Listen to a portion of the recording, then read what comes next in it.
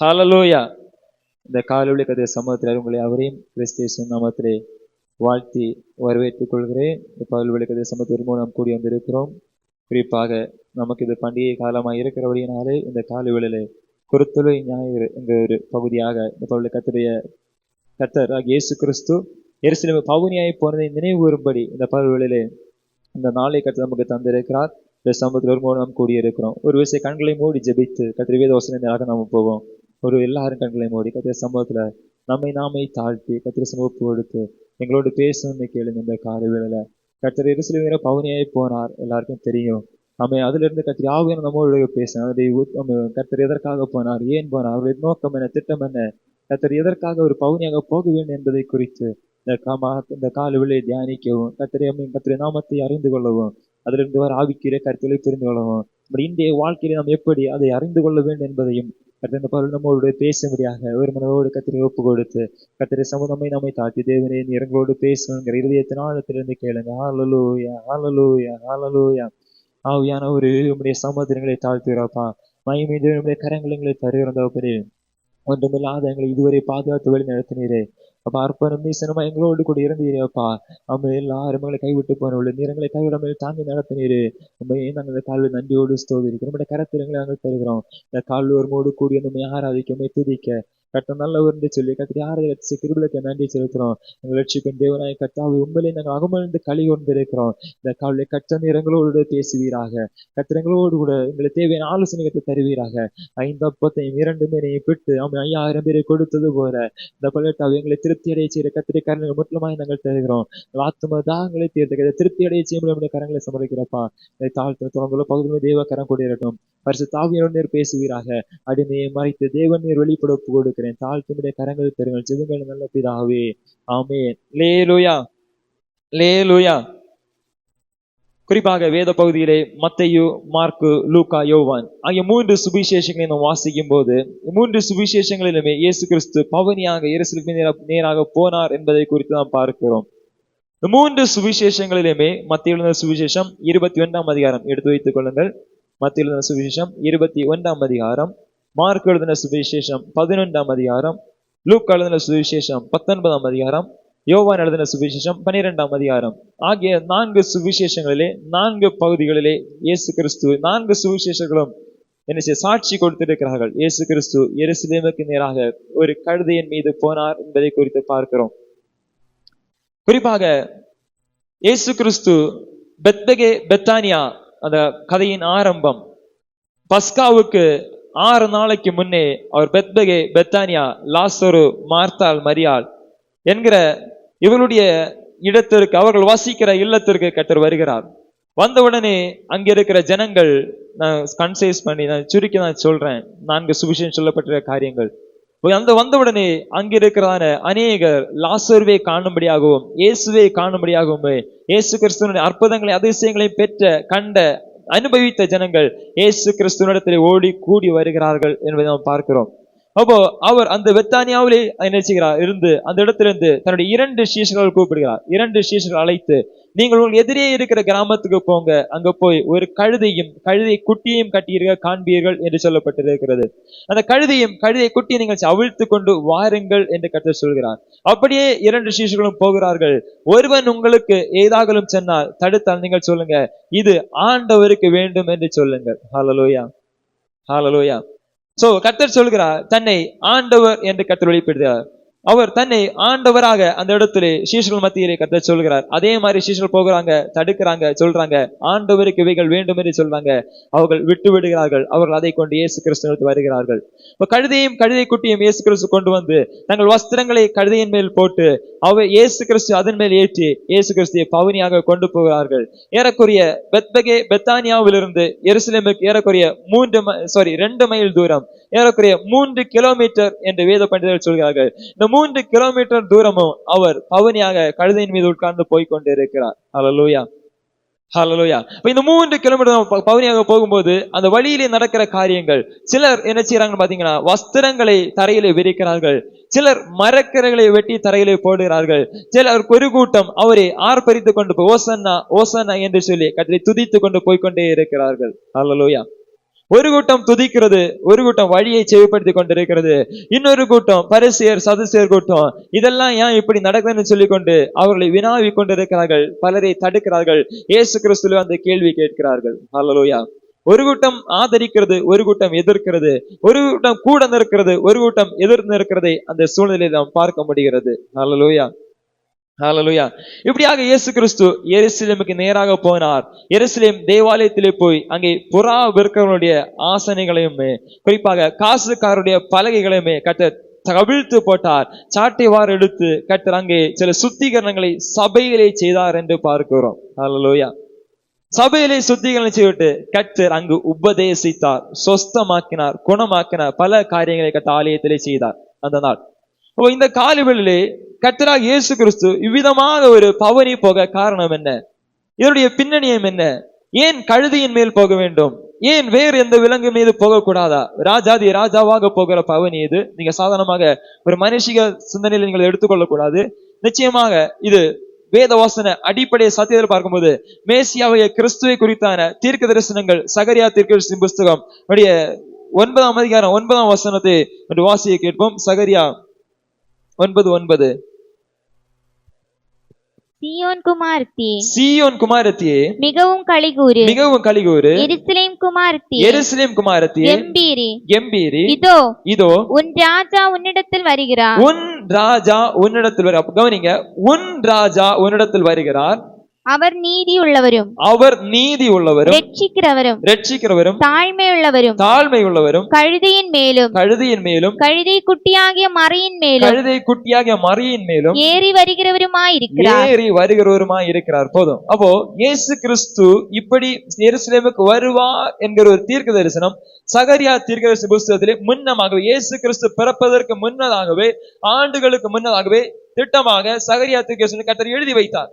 சகரியா தீர்க்கதரிசி மூலமாக ஜனங்களுக்கு கொடுக்கப்பட்ட ஒன்று. ஏறக்குறைய ஒரு 100 ஆண்டுகள் இருக்கலாம். அந்த ஆண்டுகள் முன்பாக இயேசு கிறிஸ்து குறித்த தீர்க்க தரிசனம் அங்கு ஜனங்களுக்கு கொடுக்கப்படுகிறது. அப்போ இயேசு கிறிஸ்து இவனமாக கழுதையின் மீது வரப்போகிறார், கழுதை குட்டியாக மறையின் மீது வரப்போகிறார் என்று சொல்லி ரெண்டுமே கழுதையும் கழுதை குட்டியுமே தீர்க்க தரிசனமாக அவர் உரைக்கிறார். ஹல்லேலூயா.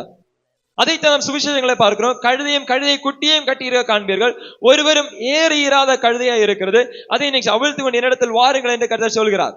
அப்போ அந்த வசன வாசிப்பு சொல்லப்பட்டிருக்கிறது, ராஜா அவர் ராஜாவாக வருவார். ராஜாக்கள் நம்ம கவனிக்கிறோம், ராஜாக்கள் இப்படி என்ன எதுல போவாங்க? ஒண்ணு பல்லக்கல்ல போவாங்க, இல்லைன்னா நினைச்சுவாங்க குதிரையின் மேல போவாங்க. நம்ம இதுதான் நம்முடைய அண்டர்ஸ்டாண்ட், நம்முடைய கருத்து, நம்முடைய ஒரு நாலேஜ் நமக்கு இருக்கிறது. ஆனா இந்த இடத்துல பாத்தீங்கன்னா இயேசு கிறிஸ்து கழுதையின் மீது போகிறார். இதற்கு பின்னணியத்துல நீங்க பாத்தீங்கன்னா பழைய ஏற்பாடுல அநேக இடங்களில் ராஜாக்களை கழுதையின் மேல் கொண்டு போய் இருக்கிறார்கள். ஹல்லேலூயா.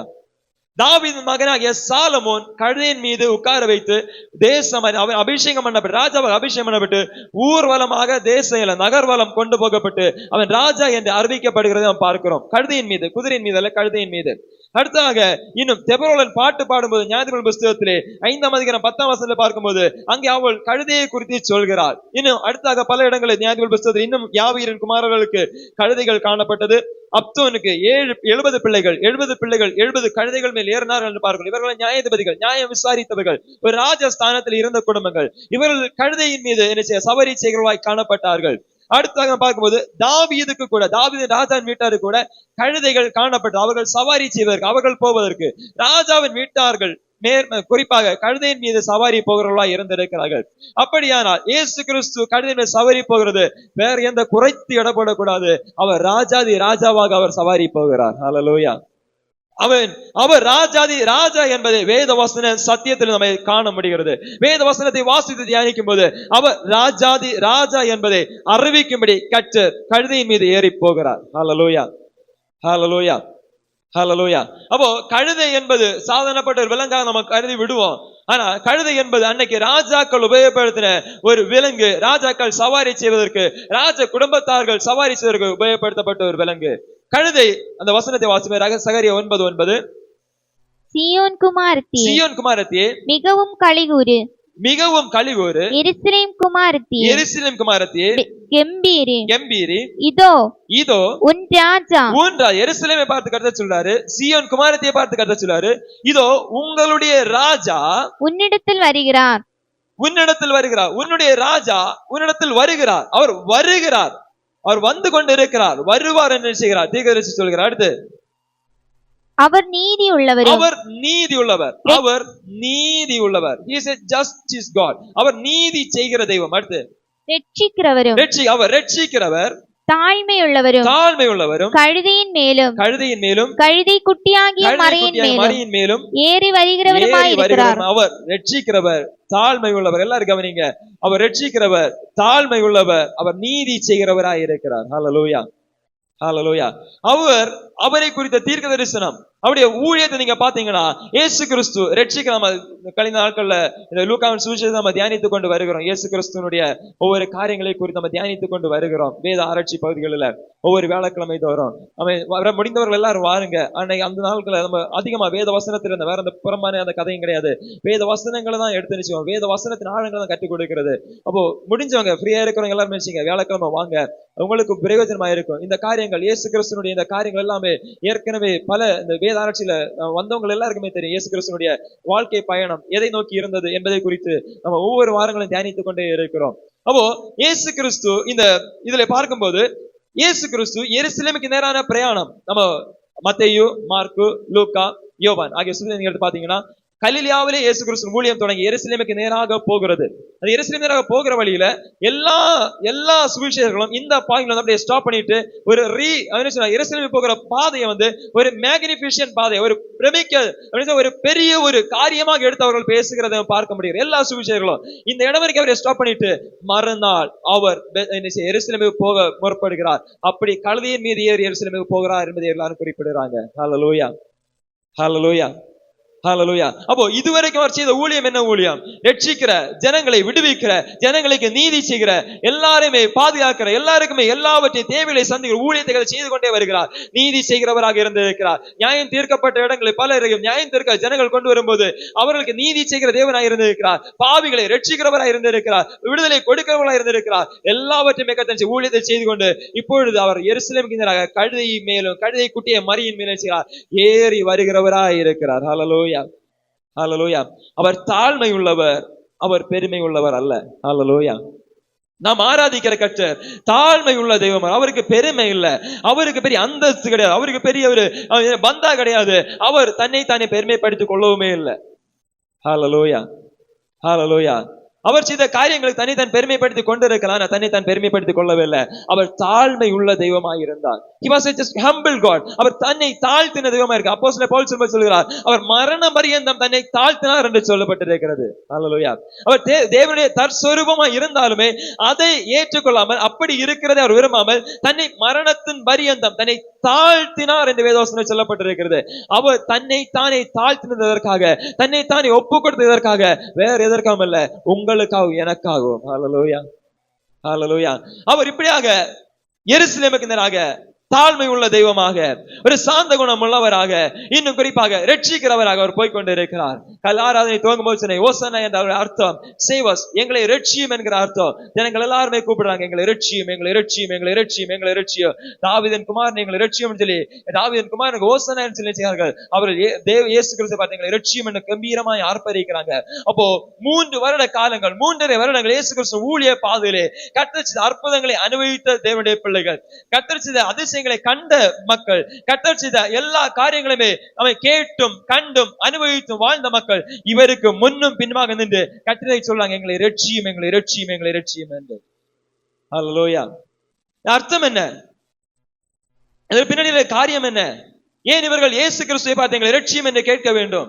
ஏன் இயேசு கிறிஸ்துவை இவ்விதமாக அவர்கள் கொண்டாட வேண்டும்?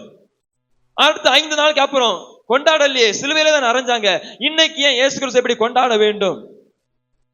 ஹல்லேலூயா, ஹல்லேலூயா. எப்போ அதை நீங்க யோசிச்சிருக்கீங்களா? அடுத்த 5 நாளைக்கு தாண்டி சிலுவையில் அறையப்பட போகிறார். ஆனா 5 நாளைக்கு முன்னாடி அவர் கொண்டாடப்படுகிறார் ஜனத்தினால். எல்லாருமே சந்தோஷமா கொண்டாடுறாங்க, தரையில துணிகளை விரிக்கிறாங்க, மரக்கிளைகளை தரித்து போடுறாங்க, குருத்தோலையில கையில பிடிச்சிருக்காங்க. ஓசன்னா ஓசன்னா ஓசன்னு சொல்லி ஆர்ப்பரித்துக் கொண்டே போறாங்க. பாலகர்கள் பாடுகிறார்கள். நம்ம எல்லாருமே பாடிக்கொண்டு இயேசுவை பின்பற்றி கொண்டு போய்கொண்டே இருக்கிறார்கள். 5 நாள் தாண்டி அவர் கல்வாரி சிலுவையிலே தியாகமாக போகிறார். ஹல்லேலூயா, ஹல்லேலூயா. அவர் தாழ்மையுள்ள என்பதற்கு அடையாளம் தான் இது. அவர் சாந்த குணமுள்ள தேவன் என்பதற்கு அடையாளம் தான் இது. அவர் ரட்சிப்பதற்காக வந்தார் என்பதற்கு அடையாளத்தை கட்ட இங்கு காண்பித்து போய் இருக்கிறார். ஹல்லேலூயா. ராஜாக்கள் பெரும்பாலும் குதிரையில போனா யுத்தத்துக்கு போறதா இருக்கும். ஆனா இயேசு கிறிஸ்து கழுதையில போறதுக்கு சமாதானமாய் போகிறார். ஹல்லேலூயா. குதிரைகள் யுத்தத்திற்காக தான் காணப்படும் ராஜாக்களுடைய வாழ்க்கையில. எபிரேயர் மக்களுடைய வாழ்க்கையில பாத்தீங்கன்னா எபிரேய ராஜாக்கள் கூட அவர்கள் குதிரைகளை யுத்தத்துக்காக மட்டும் தான் பயன்படுத்தினாங்க. தனிப்பட்ட சவாரிகளுக்கு, சமாதானமாய் போகிற யாத்திரைகளுக்கு கழுதைகளை மட்டுமே பயன்படுத்தி கொண்டிருந்தார்கள். ஹல்லேலூயா. அவர் சாந்த குணமுள்ளவராக, சமாதானத்தின் தேவனாக ஒரு எருசலேமுக்குள்ளே அவர் வருகிறார். ஹல்லேலூயா, ஹல்லேலூயா. இவர்கள் ரட்சியும் என்று கேட்டதற்கு ஒரு காரணம் உண்டு. இதுவரைக்குமே கற்ற அற்புதங்கள், அதிசயங்கள் எல்லாமே பாத்தீங்களா அவர் ஒரு மேசியா என்பதை பார்க்கிறோம். இந்த ஹிஸ்டரி ஆஃப் இஸ்ரேல், இஸ்ரேலுடைய வரலாற்றிலே அவர்கள் மேசியாவை எதிர்பார்த்து கொண்டிருக்கிறார்கள். எங்களை ரட்சிக்கிற ஒரு மேசியா வரப்போகிறார், எங்களை அடிமைத்தனத்தில் விடுதலையாக்குற ஒரு மேசியா வரப்போகிறார். ரோம அரசாங்கத்திலிருந்து, இன்னும் குறிப்பா கிரேக்கருடைய கரத்திலிருந்து அவர்களை அடிமைப்படுத்தி கொண்டிருந்த எல்லா அடிமைத்தனத்தின் தேசாபிய சக்திகளிடத்திலிருந்து அவர்களை விடுதலை பண்ணி வெளியே கொண்டு இருக்கிற ஒரு மேசியா வரப்போற என்று எதிர்பார்த்து கொண்டிருந்த ஒரு காலகட்டம் அது. மேசியாவாகிய கிறிஸ்துவை எதிர்பார்த்து கொண்ட காலகட்டம். இப்போ ஜனங்கள் மத்தியில 3 வருடங்கள் இயேசு கிறிஸ்து ஊழியத்துல இயேசு கிறிஸ்து தான் மெஸ்ஸியா என்பது, இயேசு கிறிஸ்து தான் உண்மையான ஒரு மேசியா, அவர் தான் நம்மை விடுவிக்க போகிறார் ஜனங்கள் அறிந்தார்கள். அவர்கள் எல்லாம் அதனாலதான் கூடி வந்தாங்க. ஹல்லேலூயா, ஹல்லேலூயா. அவங்க நினைச்சாங்க எருசலேமுக்கு நேரா இயேசு கிறிஸ்து போன உடனே எருசலேமில போய் ஆட்சியை பிடிப்பாருன்னு நினைச்சாங்க. அவங்க நினைச்சாங்க எருசலேமில் போய் தாவீதினுடைய சிங்காசனத்தை பிடிச்சு எடுக்க போறாருன்னு நினைச்சாங்க ஜனங்கள் எல்லாரும். ஆனா நடந்தது வேற. ஹல்லேலூயா. ஜனங்களுடைய எக்ஸ்பெக்டேஷன், ஜனங்களுடைய சிந்தனை, அதான் நான் வேத ஆராய்ச்சி சொன்னேன், கூட இருக்கிற ஜனங்களுடைய திசைக்கு கடத்த போகவே இல்லை. அவர் எதிர் நீச்சல் எடுக்கிறவராய் இருந்தார். லூக்கான சுவிசேஷத்தில் பல காரியங்கள் உங்களுக்கு உதாரணமாக வைத்து கழிந்த வேத ஆராய்ச்சினால நம்ம கற்றுக்கொண்டோம். அப்போ இயேசு கிறிஸ்துவ கூட ஜனங்கள் அல்லவே இயேசு கிறிஸ்துவ ராஜா ராஜா ராஜா ராஜா, தாவீதின் குமாரனாகிய ராஜா, தாவீதுடைய சிங்காசனத்தை பிடிக்க போகிறார், எங்களை ரட்சிக்க வருகிறார், எங்களை ரட்சிக்க வந்திருக்கிறார், நாங்கள் ரட்சிப்பை கண்டு கொண்டிருக்கிறோம் சொல்லி ஆர்ப்பரித்து கொண்டு போய் கொண்டு இருக்கும் போது கர்த்தர் நேரே போனது தாவீதின் சிங்காசனத்தை எடுப்பதற்கல்ல, கர்த்தர் நேரே போனது தேவாலயத்துக்குள்ளே போனார். ஹல்லேலூயா, ஹல்லேலூயா, ஹல்லேலூயா. தாவீதின் சிங்காசனத்தை பிடிப்பதற்காக கிறிஸ்து வரல, கர்த்தர் வந்தது சில சீரமைப்புகளை செய்யும்படி கர்த்தர் வந்தார். ஹல்லேலூயா. ஜனங்களுடைய சிந்தனை, ஜனங்களுடைய எண்ணம், ஜனங்களுடைய வாஞ்சை, எங்களுக்கு தாவீதின் ஸ்தானத்தில் அரசாளுகிற ஒரு ராஜா வேண்டும். வாக்குத்தத்தம் இருக்கிறது, தாவீது கொடுக்கப்பட்ட உடன்படிக்கை இருக்கிறது. உன்னுடைய சிங்காசனம் விழாது, உன் சிங்காசனத்துல முடிவு ஆளுகை செய்ய ராஜாவை தான் ஏற்படுத்துவேன்னு சொல்லி கர்த்தர் வாக்குத்தத்தை கொடுத்திருக்கிறார், உண்மைதான். ஆனால் அதை இஸ்ரவேலர் ஆவிக்குரிய வாழ்க்கையிலே அறியாமல் போனபடியினால் இயேசு கிறிஸ்து எதற்காக வந்தார் நோக்கத்தை அறியாமல் இன்னைக்குமே மாய்மால வாழ்க்கையிலே காண கொண்டிருக்கிறார்கள். ஹல்லேலூயா, ஹல்லேலூயா. அவர்கள் இயேசுவை அறியவில்லை, இயேசுவின் உண்மை திட்டத்தை உணரவில்லை. இயேசு கிறிஸ்து எதற்காக வந்தார், அவர் உண்மையான மேசியாவாக வந்தார் என்பதை அவர்கள் பிதாவின் திட்டத்தை உணராமல் காணப்பட்டார்கள். ஹல்லேலூயா. இயேசு கிறிஸ்து நேரே போனோடனே தாவீதின் சிங்காசனத்தை பிடிச்சு எடுத்திருக்கலாம். அன்னைக்கு இருந்தது பிலாத்து தான், அரண்மனையில ராஜாங்கத்துல இருந்தது பிலாத்து, நமக்கு தெரியும். பிலாத்துவும் ஏரோதும் ஆளுகைக்குட்ட சில இடங்கள் பிலாத்துவின் ஆளுகைக்கு உட்பட்டு இருந்தது.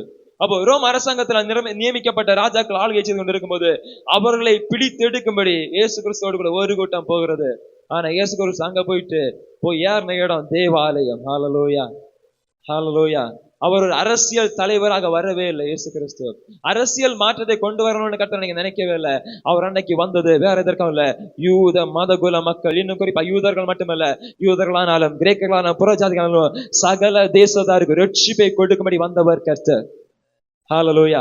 யூதர்களுக்கு ரட்சிப்புண்டு, சமாரியர்களுக்கு ரட்சிப்புண்டு, கிரேக்கர்களுக்கு ரட்சிப்புண்டு, சகல தேசத்தாருக்கு ரட்சிப்புண்டு. ஹல்லேலூயா. ஒரு மனுஷனுக்காக மட்டும் வரல, ஒரு இனத்துக்காக மட்டும் வரல, ஒரு குலத்துக்காக மட்டும் வரல, யூதர்களுக்கு நன்மை செய்யபடி மட்டும் கர்த்தர் வரல, அவர் சகல ஜனத்தாருக்கோ அவரை விசுவாசிக்கிற எவர்களுக்கும் நித்திய ஜீவன் அருளும்படி கர்த்தர் வந்தார் என்பதுதான் வேத வசனத்தின் வாக்கியம். ஹல்லேலூயா, ஹல்லேலூயா. அப்படியானால் யூதர்களுடைய நம்பிக்கை, யூதர்களுடைய விசுவாசம், அவரோடு கூட இருந்த ஜனங்களுடைய விசுவாசம், இப்ப அவரோடு கூட போகிற ஒரு கூட ஜனங்களை பாருங்க, அங்க என்ன நம்புகிறாங்க?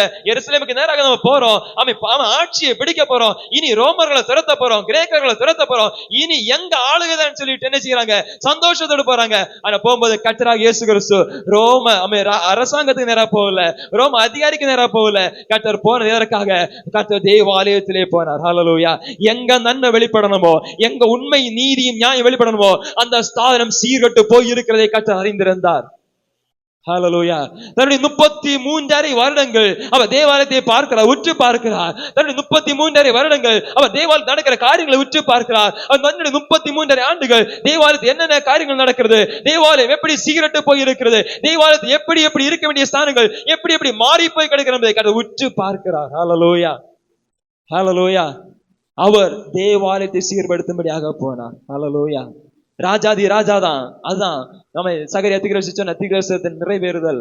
ராஜாதி ராஜாவாக கழுதை குட்டியை போகிறார். ஆனா அவர் ராஜாதி ராஜாவாக யூதர்களை அரசாளுகிற, யூதர்களுக்கு ராஜா என்றல்ல, ராஜாதி ராஜா என்பது அவருடைய பிறப்பிலிருந்து மரணம் வரைக்குமே இருக்கிறது.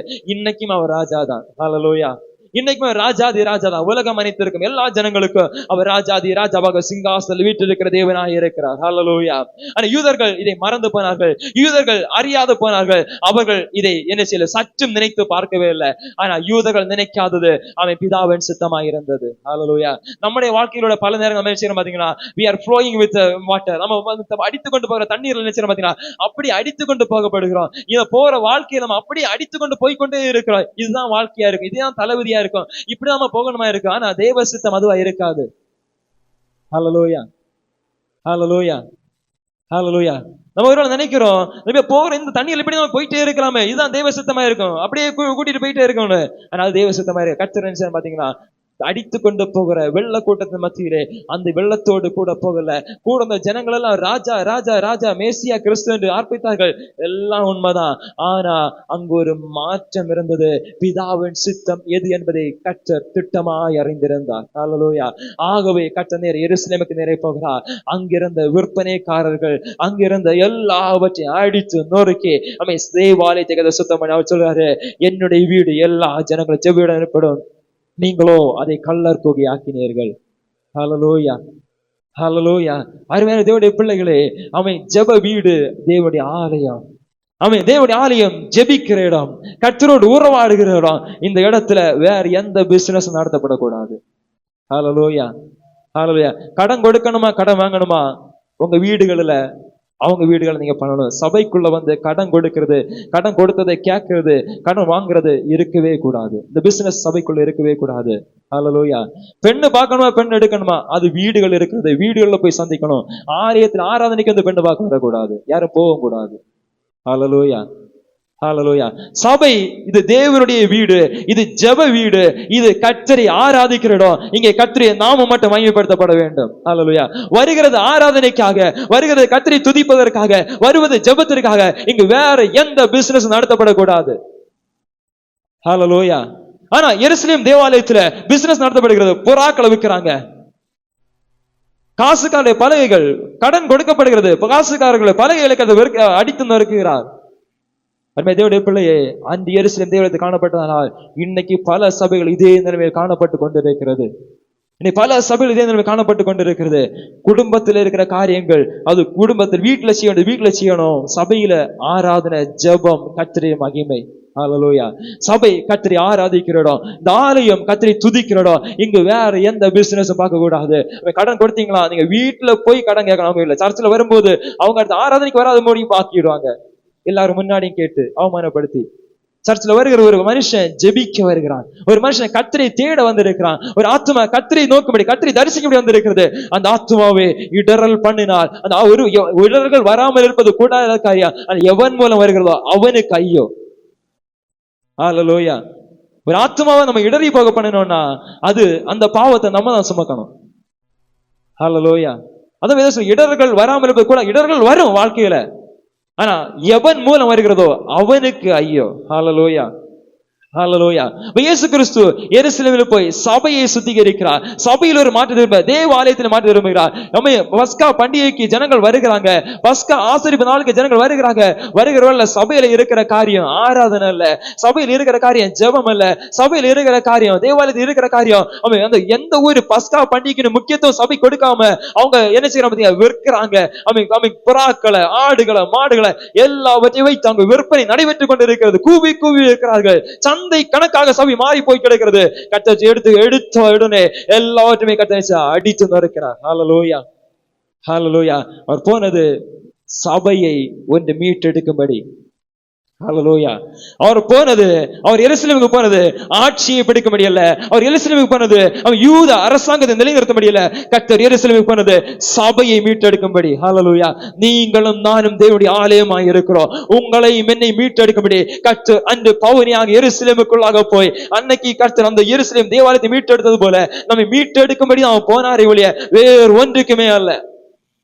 ஹல்லேலூயா, ஹல்லேலூயா. அப்ப நம்முடைய வாழ்க்கையிலே மாறுதல்கள் வர வேண்டும். நம்ம எல்லா குருத்தோலை ஞாயிறும் நம்ம குருத்தோலை பிடித்துக் கொண்டு போகிறதெல்லாம் முக்கியம். குருத்தோலை நம்ம இயேசு பவுனி போறார் சொல்றதெல்லாம் முக்கியம். There should be a change in our heart. நம்முடைய வாழ்க்கையில, நம்முடைய இருதயத்துல, உள்ளத்துல ஒரு மாற்றம் காணப்பட வேண்டும். எதற்காக இயேசு கிறிஸ்து போனார்? He went to make a change. அவர் போனது ஒரு மாற்றத்தை உண்டு பண்ணும்படி போனார். அந்த மாற்றம் நமக்குள் வரவில்லை என்று சொன்னால் நாம் ஆராதிக்கிறது வீண். நாம் கர்த்தர் குருத்தோலை பிடித்துக் கொண்டு கர்த்தரை பின்பற்றுகிற வீண். இந்த மாற்றத்தை கர்த்தர் எதிர்பார்க்கிறார். ஹல்லேலூயா. ஆவிக்குரிய ஒரு மாற்றத்தை கர்த்தர் சபையிலே கர்த்தர் எதிர்பார்க்கிறார்.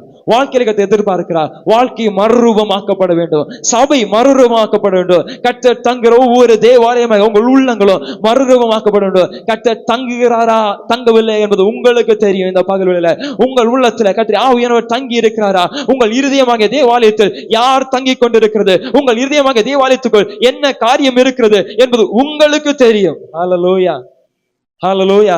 அப்படியாக இயேசு கிறிஸ்து சபையிலே ஜனங்களை, சபையில் இருந்த காரியங்களை கர்த்தர் செய்கிறார். அடித்து நொறுக்கி சபையை ஒன்று சுத்தம் பண்ணுகிறார், சபையை ஒன்று மீட்டெடுக்கிறார். ஹல்லேலூயா. சபையின் நோக்கம் என்ன? சபையின் திட்டம், சபையின் மீது விழுந்த கடமை என்ன? தேவாலயம் எதற்காக கட்டப்பட்டது? தேவாலயம் எதற்காக உருவாக்கப்பட்டது? சாலமோன் காலகட்டத்திலே இது ஜெப வீடாக, வருகிற அனைவர்களுக்கும் ஜெபிக்கும் ஒரு வீடாக, கர்த்தரை தேடுகிற இல்லமாக, கர்த்தரை கண்டடைகிற இல்லமாக, கர்த்தரை ஒன்று தரிசிக்கிற இல்லமாக கட்டப்பட்டது. ஹல்லேலூயா, ஹல்லேலூயா, ஹல்லேலூயா.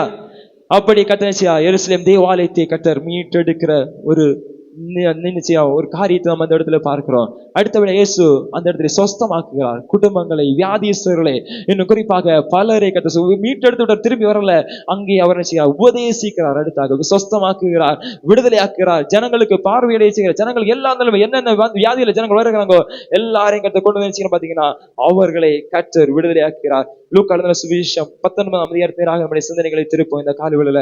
லூக்கா எழுதின சுவிசேஷத்திலே அந்த வசனத்தை மட்டும் வாசித்து விட்டு அடுத்து ஒரு பகுதியில் கூட நான் சொல்லிவிட்டு முடிக்க விரும்புகிறேன். லூக்கா 19, லூக்கா எழுதின சுவிசேஷம் 19ஆம் அதிகாரம்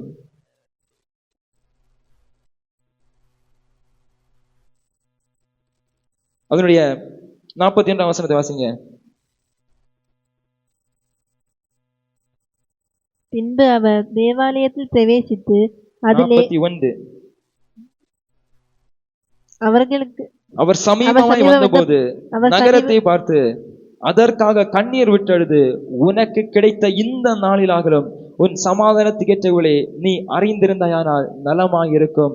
இப்பொழுதோ அவைகள் உன் கண்களுக்கு மறைவாய் இருக்கிறது. ஹல்லேலூயா. எருசலேமை பார்த்து கர்த்தர் சொல்றாரு பாருங்க, இப்பொழுதாகிலும் உன் சமாதானத்துக்கு ஏற்றவைகளே, உன் வாழ்க்கையின் சமாதானத்துக்கு ஏற்றவைகளே, நீ சமாதானம் வாழ்வதற்கு எது தேவை என்பதை நீ அறிந்திருந்தாயால் உனக்கு நலமாயிருக்கும்.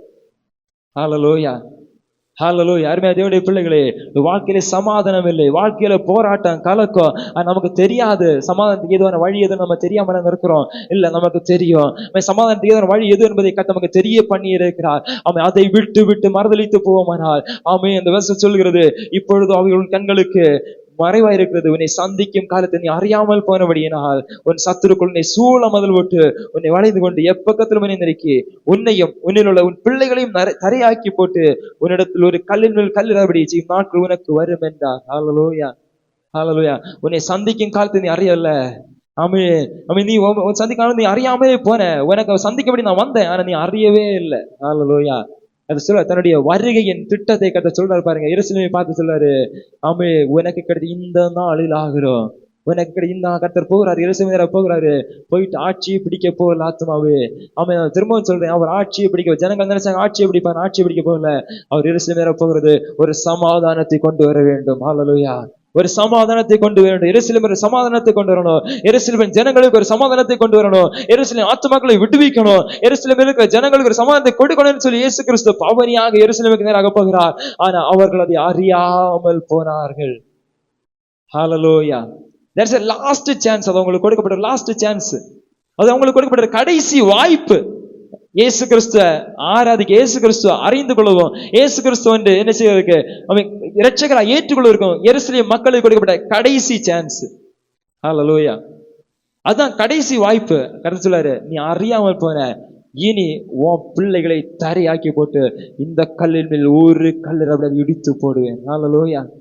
ஹல்லேலூயா. அருமை தேவனுடைய பிள்ளைகளே, ஒரு கடைசி வாய்ப்பை கர்த்தர் கால்வழி நமக்கு தருகிறார். கர்த்தரை இரட்சகராய் ஏற்றுக்கொள்வதற்கு, பாவ வழிகளை விடுவதற்கு, கர்த்தரை சொந்தமாக ஏற்றுக்கொண்டு கர்த்தரை நோக்கி பார்ப்பதற்கு. ஹல்லேலூயா. இந்த பாவ கர்த்தர் ஆவியான சபையோடு பேசுகிறார். ஒரு கடைசி வாய்ப்பு நமக்கு முன்பாக இருக்கிறது, ஒரு கடைசி சான்ஸ் முன்பாக இருக்கிறது. நாம் மறுதலிப்போமானால், நாம் விட்டு போவோமானால், வாழ்க்கையை கர்த்தரை சபை ஒப்பு கொடுக்காமல் நாம் யூதர்களைப் போல மறுதலித்து போவோமானால், அவர்கள் தரையாக்கப்பட்டது போல நாம தரையாக்கப்படுவோம் என்பதை வரலாற்று ரீதியாக உங்களுக்கு நான் சொல்றேன். ஹல்லேலூயா.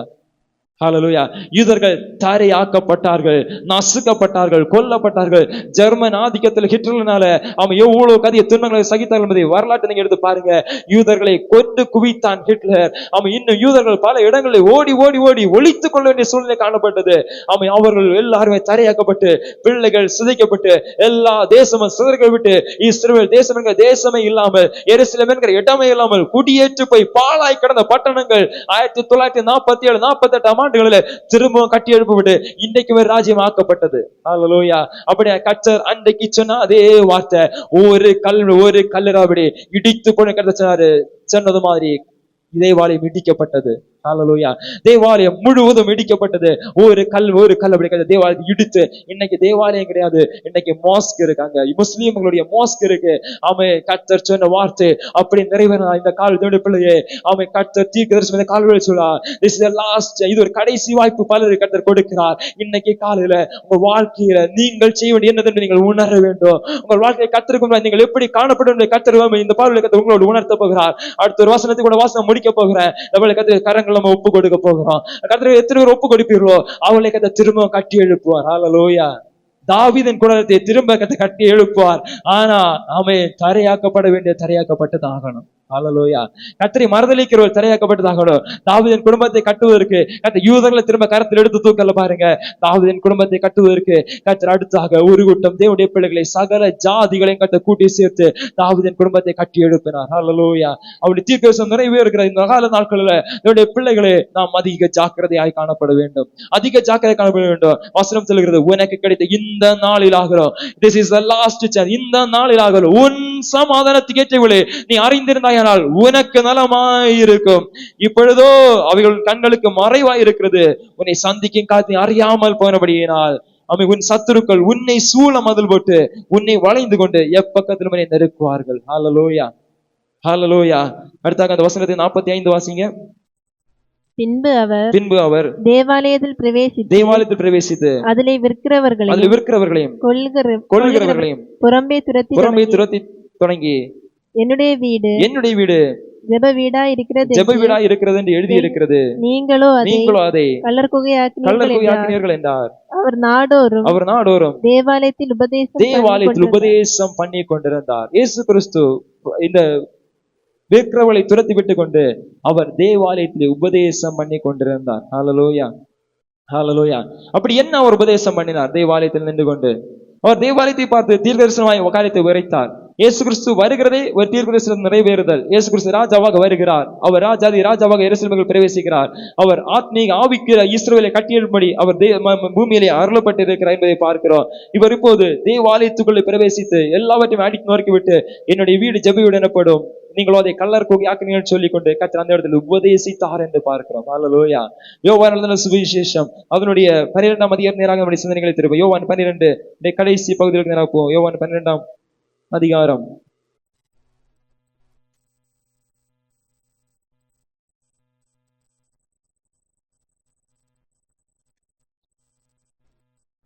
20ஆம் வசனத்துல வாசிங்க. பண்டிகையில் ஆராதனை செய்ய வந்தவர்களில் சில கிரேக்கர் இருந்தார்கள். அவர்கள் கலிலேயா நாட்டு பெத்சாய்தா ஊராகிய பிலிப்புவினிடத்தில் வந்து ஐயா இயேசுவை காண விரும்புகிறோம் என்று அவனை கேட்டுக்கொண்டார்கள். பிலிப்பு வந்து அதை அந்திரேயாவுக்கு அறிவித்தான். பின்பு அந்திரேயா பிலிப்புவும் அதை இயேசுவுக்கு அறிவித்தார்கள். அப்போ நீங்க பாருங்க, இந்த இடத்துல கிரேக்கர்கள், யூதர்கள் அல்ல, கிரேக்கர்கள் வந்து இயேசுவை காண வேண்டும் என்று கேட்கிறாங்க. அதான் கர்த்தர் அடுத்து கட்டி எழுப்புகிறார். இந்த இடத்துல ஒரு ஆவிக்குரிய இஸ்ரவேலை கட்டி எழுப்புகிறார். அந்த கிரேக்கர்கள், புற ஜாதிகள் வந்து இயேசுவை காண வேண்டும் என்று விரும்புகிறாங்க. அவங்க இயேசு கிறிஸ்துவை கொண்டு போய் இயேசு கிறிஸ்துவ என்ன செய்யாங்க, சமீபத்தில் கொண்டு போய் விட்டாங்க. ஹல்லேலூயா. இயேசு கிறிஸ்துவின் சமீபத்துல அந்திரேயாவும் பிலிப்புவும் இயேசு கிறிஸ்துவை காண வேண்டும் என்று வந்தவர்களே, இயேசு கிறிஸ்துவுக்கு காணக்கூடாது என்று சொல்லி தடை செய்யல, இயேசு கிறிஸ்துவை காணும்படி கொண்டு வந்து போய் விட்டார்கள். ஹல்லேலூயா. இதுதான் ஒரு சீஷன் மேல் விழுந்த கடமை. அவன் இயேசு கிறிஸ்துவோடு ஜனங்களை கொண்டு வந்து சேர்ப்பதுதான் ஒரு சீஷனுடைய கடமை. ஹல்லேலூயா. நமக்கு மேல் விழுந்த கடமை தெரியுமா? இயேசு கிறிஸ்துவோட ஜனங்களை கொண்டு வந்து சேர்க்க வேண்டும். உலகத்தில் இருக்கிறவர்களை இயேசு கிறிஸ்துவை அறிவிக்க வேண்டும். உலகத்தில் இருக்கிறவர்கள் இயேசு கிறிஸ்துவை குறித்து சொல்ல வேண்டும். எந்த ஜாதி, இனம், மதம், குலம் பார்த்தல்ல, குடும்பத்தை பார்த்தல்ல, எந்த குலமோ எந்த குடும்பம் எந்த மதமா இருந்தாலுமே அவள் இயேசு கிறிஸ்துவ மெய்யான தேவன் என்பதை அறிந்திருக்க வேண்டும். அதை கொண்டு சேர்ப்பதுதான் அவர்களை இயேசுவிடத்தை கொண்டு வர நம்மில் விழுந்த கடமை. ஹல்லேலூயா. ஹல்லேலூயா. இவ பிலிப்பும் அந்திரேயாவும் அவர்களை கொண்டு வந்து இயேசு கிறிஸ்துவை கொண்டு போய் விடுகிறாங்க. அடுத்து வாசிங்க. அப்பொழுது இயேசு அவர்களை நோக்கி மனுஷகுமாரன் மகிமைப்படும்படியான வேளை வந்தது. அந்த வசனத்தை கவனிக்க வேண்டும். மனுஷகுமாரன் இப்போது ஜனங்களால் மகிமைப்படுத்தப்படுகிறார், ஜனங்களால் ஓசனை ஆர்ப்பரிக்கப்படுகிறார். ஆனா தேவாலயத்தில் வரும்போது ஓசனை சத்தம் எல்லாம் குறைஞ்சிட்டு, மகிமைகள் குறைந்து போயிட்டு, அங்க வந்து பெரிய சத்தம் கிடையாது. இயேசு கிறிஸ்து சாட்டவார் எடுத்து எல்லாத்தையும் அடிச்சு நொறுக்கணும்னு ஜனங்களும் கலங்கி போயிட்டாங்க. இவர் மேசியா இல்லை என்கிற நிலைமைக்கு அவங்க போயிட்டாங்க. இப்போ இயேசு கிறிஸ்து குமாரன் மகிமைப்படும்படியான வேளை வந்தது. ஹல்லேலூயா. He was very aware of the time. அவர் நேரத்தை நன்கு அறிந்திருந்தார். இந்த நேரம் என்ன நடக்கும், இந்த நேரத்துல எப்படி நடக்கும், என்ன நடக்கும் என்பதை இயேசு கிறிஸ்து நன்றாக அறிந்திருந்தார். ஹல்லேலூயா. ஹல்லேலூயா. There was nothing hidden for him. அவருக்கு மறைவிக்கப்பட்டது ஒன்றுமே இல்லை. அவருடைய வாழ்க்கையில நான் வேதாகமத்தை கட்டி விட்டோம். 12வது வயதுல இருக்கும் போதே அவருக்கு தெரியும், நான் மரிக்கதான் பிறந்திருக்கிறேன். ஹல்லேலூயா. எனக்கு சிலுவை தான் முன்பாக இருக்கிறது. ஆக பிதாவின் சித்தம் நிறைவேற்றிதான் ஆக வேண்டும். அவர் தன் பணியை தொடர்கிறார். ஹல்லேலூயா. ஹல்லேலூயா. உங்களுக்கே தெரியும், நீங்க போற இடத்துல உங்களை கொல்ல போறாங்க, போவீங்களா? நீங்க போக மாட்டீங்க. இயேசு கிறிஸ்து எருசலேமுக்கு போகிறார், தெரியும் எருசலேமில் அவர் பிடிக்கப்படுவார், கொல்லப்படுவார். ஆனா இயேசு அங்கதான் போனார். ஹல்லேலூயா. ஹல்லேலூயா. நீங்க என்ன செய்வோம் பாத்தீங்கன்னா, நம்ம என்ன செய்வோம், இந்த வழியில ஒரு நம்ம கொல்ல இருந்தானா வழி மாறி நம்ம போவோம். ஆனா இயேசு கிறிஸ்து அப்படி அல்ல. பிதாவின் சித்தம் எதுவோ அதை நிறைவேற்றுவதற்காக அவர் வேலையின் நேரத்தையும் நன்கு அறிந்து செயல்படுகிறவராய் காணப்பட்டார். என்னுடைய பிள்ளையே, நமக்கு முன்பாக வருகிற நேரத்தையும் வேலையும் நன்கு அறிந்து செயல்பட வேண்டும். நம்ம முன்பாக இருக்கிற நேரத்தை நன்கு அறிந்திருக்க வேண்டும். இயேசு கிறிஸ்து சொல்றாரு, குமாரன் மகிமைப்படும்படியான வேலை வந்தது என்று தன்னுடைய சீஷர்களுக்கு சொல்கிறார். ஹல்லேலூயா. அடுத்தது வாசிங்க. மெய்யாகவே நான் உங்களுக்கு சொல்லுகிறேன், கோதுமை மணியானது நிலத்தில் விழுந்து சாகாவிட்டால் தனித்திருக்கும், செத்ததே ஆகில் மிகுந்த பலனை கொடுக்கும். தன் ஜீவனை சிநேகிக்கிறவன் அதை இழந்து போவான். இந்த உலகத்தில் தன் ஜீவனை வெறுக்கிறவனோ அதை நித்திய ஜீவகாலமாய் காத்து. அப்ப இயேசு கிறிஸ்துடைய உபதேசத்தை பாருங்க. அவர் என்ன உபதேசிக்கிறார் ஜனங்களுக்கு? ஜனங்கள் என்ன சொல்கிறார் பாருங்க. ஆமென். நீங்கள் உங்கள் ஜீவனை என்ன செய்யணுமா? இழந்து போக வேண்டும். ஹல்லேலூயா. ஹல்லேலூயா. ஜீவனை தக்க வைத்துக் கொள்ள நினைக்கிறவன் நித்திய ஜீவகாலமாய் அதை இழந்து போவான். ஆனா இந்த உலகத்துல தன் ஜீவனை ஒரு பொருட்டண்டு எண்ணாமல் கிறிஸ்துவை பின்பற்றுகிறவன் அவன் நித்திய ஜீவகாலமாய் பிழைப்பான் என்று வேதவசனம் சொல்லுகிறது. இன்னைக்கு உலகத்தில் இருக்கிற ஒரு கரண்ட் சிச்சுவேஷன், ஒரு கண்டெம்பரரி இந்த வேர்ல்டுல இருக்கிற எல்லாருடைய மனதிலும் ஆழமாய் பதிந்திருக்கிற ஒரு காரியம். படிப்பு பெருக பெருக பெருக பெருக அது வேறு திசை கொண்டு போகும், அது உண்மைதான். ஆனா இன்னைக்கு படிப்பு பெருக பெருக பெருக ஒரு வாழ்க்கையில எல்லாருமே என்ன பார்க்கணும், ஒரு அந்தஸ்து, ஒரு ஸ்டேட்டஸ், ஒரு இடத்துல ஒரு பணம் பொருள், இந்த நிலைமையில ஒரு வீடு, ஒரு காரு, ஒரு பைக்கு, எல்லாம் சமுதாயத்துல ஒரு ஸ்டேட்டஸான நிலைமையில இருக்கணும்னு எல்லாரும் பாக்குறாங்க. ஆனா கர்த்தர் அதை எதிர்பார்க்கவே இல்லை. அல்லேலூயா. கர்த்தர் அதை நம்ம இடத்துல எதிர்பார்க்கவே இல்லை. கர்த்தர் நம்ம இடத்துல விரும்பவே இல்லை. கர்த்தர் விரும்புற காரணம், கோதுமை மணியானது செத்தது ஆகல் நிச்சயமா பலனை கொடுக்கும், சாகாதது நிச்சயம் பலனை கொடுக்கவே கொடுக்காது. ஒரு கோதுமை அதிலிருந்து அடுத்து கனிகள் உற்பத்தி ஆக வேண்டும் என்று சொன்னால், ஒரு கோதுமையானது நிலத்தில் விழுந்து அந்த வயல் நிலத்துல அது செத்து அதுக்குள்ள இருக்கிற மேனியை வெளியே கொண்டு வந்தால் மட்டும்தான் அதிலிருந்து ஒரு பலன் உண்டாகும். இல்லைன்னா அதிலிருந்து ஒரு பலனுமே இல்லை. ஹல்லேலூயா, ஹல்லேலூயா. ஒரு கோதுமை சாவியா இருந்தா அதுல எந்த பலனையும் எதிர்பார்க்க முடியாது. அந்த கோதுமைக்குள்ள ஒரு மேனி இருக்குமானால் அந்த மேனி ஒரு நாள் வெளியே வரும். ஹல்லேலூயா. அதான் கர்த்தர் சொல்றாரு, கோதுமை நிலத்தில் விழுந்து செத்ததை ஆகல் நிச்சயமா பலனை கொடுக்கும். நீங்க கோதுமை நிலத்தில் விழுந்து அந்த கோதுமையை நீங்க திரும்ப பார்க்க முடியாது. ஒரு நிலத்துல விழுகிற கோதுமையை நீங்க அதை திரும்ப எடுக்கவும் முடியாது. கொஞ்ச நாள் தாண்டி அது ஒரு முளை வரும். முளை வந்து அது ஒரு செடியா மாறும். செடியா மாறினப்படும் அந்த கோதுமையே காணாது அந்த இடத்துல, அது முழுவதும் மாறி போகும். ஆனா அடிச்சு அது பல கோதுமை மணிகளை நமக்கு கொடுக்கும். ஹல்லேலூயா, ஹல்லேலூயா. அப்போ நம்ம மடிந்து போனாலும் அந்த இடத்துல ஒரு பலன் உருவாக்கப்பட வேண்டும். அதுதான் கர்த்தர் சொல்றாரு. அவன் நம்ம என்ன பார்க்கணும், நம்ம பலனை எதிர்பார்க்கணும். ஆனா நம்ம என்ன செய்ய விரும்பல, அவன் கிறிஸ்துவுக்குள்ளாக நம்மை தாழ்த்த விரும்பல. நம்ம ஒரு பலனை எதிர்பார்க்கிறோம், நம்ம ஒரு ஆசீர்வாதத்தை எதிர்பார்க்கிறோம், நம்ம ஒரு பிரதிபலனை எதிர்பார்க்கிறோம். ஆனா கிறிஸ்துவை பின்பற்றவோ, கிறிஸ்துவின் சிலுவையை சுமக்கோ நம்ம என்ன செய்யல, ஒருபோதுமே தயாராகவே இல்லை, ஒருபோதுமே தயாராகவே இல்லை. அது இயேசு கிறிஸ்து சொல்றாரு, கோதுமை செத்ததை ஆகில் பலனை கொடுக்கும். மாம்சம் பாவத்துக்கு செத்ததா இருக்கணும், அப்பதான் நீதிக்கு பிழைத்திருக்க முடியும். பாவத்துக்கு நம்ம சாகவில்லை என்று சொன்னால், பாவத்தின் வாழ்க்கையிலே பாவத்தை செய்து வாழ்ந்து கொண்டிருப்போம் என்று சொன்னால் நீதியின் பலனை அனுபவிக்கவே முடியாது. நீதியின் பலனை அனுபவிக்க முடியாது. அதான் கோதுமை செத்தா மட்டும்தான் அதுல ஒரு மேனி உண்டு. கோதுமை நிலத்தில் விழுந்து செத்தா மட்டும்தான் அதுல ஒரு பலன் உண்டு. அதே போல கர்த்தர் சொல்றாரு, தன் ஜீவனை காக்கணும்னு நினைக்கிறவன், தனக்கு எல்லாவற்றையும் உண்டு பண்ணணும்னு நினைக்கிறவன், தனக்கு ஆஸ்திகள் ஐஸ்வர்யத்தை சேர்க்கணும்னு நினைக்கிறவன், அவன் ஒருபோதுமே தேவனுடைய ராஜ்யத்தில் பிரவேசிப்பதே இல்லை. ஐஸ்வர்யவான் தேவனுடைய ராஜ்யத்தில் பிரவேசிப்பதை பார்க்கலாம். ஒட்டகமானது ஊசியின் காதில் நுழைவது எளிதாக இருக்கும். ஐஸ்வர்யவான் பரலோக ராஜ்யத்தில் பிரவேசிப்பதை பார்க்கலாம். ஒட்டகமானது ஊசியின் காதிலே நுழைவது எளிதாக இருக்கும் என்று இயேசு கிறிஸ்து தாமே சொல்லி போயிருக்கிறார். ஹல்லேலூயா. ஆகவே ஐஸ்வர்யம் பரலோக ராஜ்யம் கொண்டு போகாது, பொன் பொருள் பரலோக ராஜ்யம் கொண்டு போகாது, சம்பாதிக்கிற வஸ்துகள் பரலோக ராஜ்யம் கொண்டு போகாது. பரலோக ராஜ்யம் கொண்டு போனா கர்த்தர் மட்டும்தான் கொண்டு போக முடியும். இயேசு கிறிஸ்து மட்டும்தான் கொண்டு போக முடியும். அவருடைய உபதேசங்களை பின்பற்றுகிறவன் தான் இயேசு கிறிஸ்துவின் நிமித்தமாக பரலோகத்துக்கு கொண்டு போகப்படுவான். அதுதான் கர்த்தர் சொல்றாரு, தன் ஜீவனை சிநேகிக்கிறவன், லவ் ஃபார் லைஃப், தன்னுடைய வாழ்க்கையின் மீது ஒரு என்ன பற்று, பணத்தை சம்பாதிக்கணும், பொருளை சம்பாதிக்கணும், வாழ்க்கையில எல்லாம் இது அது எடுக்கணும், இது எடுக்கணும், இன்னும் நிலைமைக்கணும், அண்ணன் நிலைமைக்கணும், அது எல்லாம் தேவைதான். வாழ்க்கையில உபோஜன மார்க்கத்துக்கு, இந்த வாழ்க்கையில வாழ்வதற்கு, வாழ்க்கையில நம்முடைய வாழ்க்கை அனுதின தேவைகளுக்கு பணம் தேவை. ஆனால் அதையே சிலர் இலக்காக வைத்து ஓடிக்கொண்டே இருக்கிறார்கள்.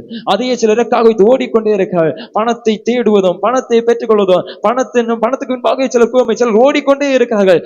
அது தவறு என்பதை கர்த்தர் வேத வசனத்திலிருந்து சீஷர்களை சுட்டி காண்பித்தார். ஹல்லேலூயா. இன்னைக்கு சபைக்கு அதை கர்த்தர் சுட்டி காண்பிக்கிறார். இதுதான் கர்த்தர் அங்கு செய்த உபதேசம், சபையை மீட்டெடுக்குதல். சபையை கர்த்தருடைய சித்தத்துக்கு நேராக, கர்த்தருடைய திட்டத்துக்கு நேராக கர்த்தர் எதை விரும்புகிறார் என்பதை இயேசு கிறிஸ்து உபதேசத்தின் மூலம் சீஷர்களுக்கு சொல்லி கொடுத்தார். ஆகவேதான் ஸ்தேவான் கல்லறியப்பட்ட வேளையில கூட அவன் தைரியமா நின்றான். நீங்க கல்லறிங்க, பரவாயில்ல, நான் மடிந்து போனார், நான் செத்து போனார், எனக்குள் ஒரு அவிசுவாசம் இருக்கிறது, இந்த விசுவாசம் சாகாது, இந்த அபிஷேகம் சாகாது, இது இன்னும் பலரை உயரத்தில் எழும்ப பண்ணும் என்பதை அறிந்த ஸ்தேவான் தன் தைரியமா இருந்தான். நான் செத்தாலும் பரவாயில்ல, நான் மடிந்து போனாலும் பரவாயில்ல, நான் இந்த உலகத்தோடு மாற்றப்பட பரவாயில்ல, எனக்குள் இருக்கிற அபிஷேகம் இன்னும் பலரை எழும்ப செய்யும். ஹல்லேலூயா, ஹல்லேலூயா. அப்போ தன் ஜீவனை சிநேகிக்கிறவன் அதை இழந்து போவான். இந்த உலகத்தில் தன் ஜீவனை வெறுக்கிறவனோ அதை நித்திய ஜீவ காலமாய் காத்துக் கொள்வான். இந்த உலகத்தில் இந்த உலகத்தில் வாழ்கிற இந்த உலகத்தில் தன் ஜீவனை வெறுக்கிறவனோ, நம்முடைய ஜீவனை நாம் வெறுக்க வேண்டும். நம்முடைய ஜீவனை நாம் வெறுக்க வேண்டும். தற்கொலை பண்ணணும் இல்ல, கொலை பண்ணிக்கணும் இல்ல, தன்னுடைய ஜீவன் சொன்னா நாம் இந்த உலகத்தின் வழியிலே வாழாமல் தேவ சித்தம் எது என்பதை அறிந்து தேவ சித்தம் செய்கிற வாழ வேண்டும். அதுதான் இயேசு கிறிஸ்து. அவன் தன் ஜீவனை வெறுத்து, அவர் எருசலேமில் பவனி போகும்போது அவர் தன் ஜீவனை வெறுக்கிறார். அவருக்கு அங்க போன ஆட்சியை பிடிக்கலாம், ஜனங்கள் சப்போர்ட் உண்டு, எல்லாரும் கூட ஃபைட் பண்ணுவாங்க, எல்லாரும் கூட அடிப்பாங்க, ஆட்சியை பிடித்து எடுத்திருக்கிறான். ஆனா இயேசு கிறிஸ்து அதுக்காக போகல.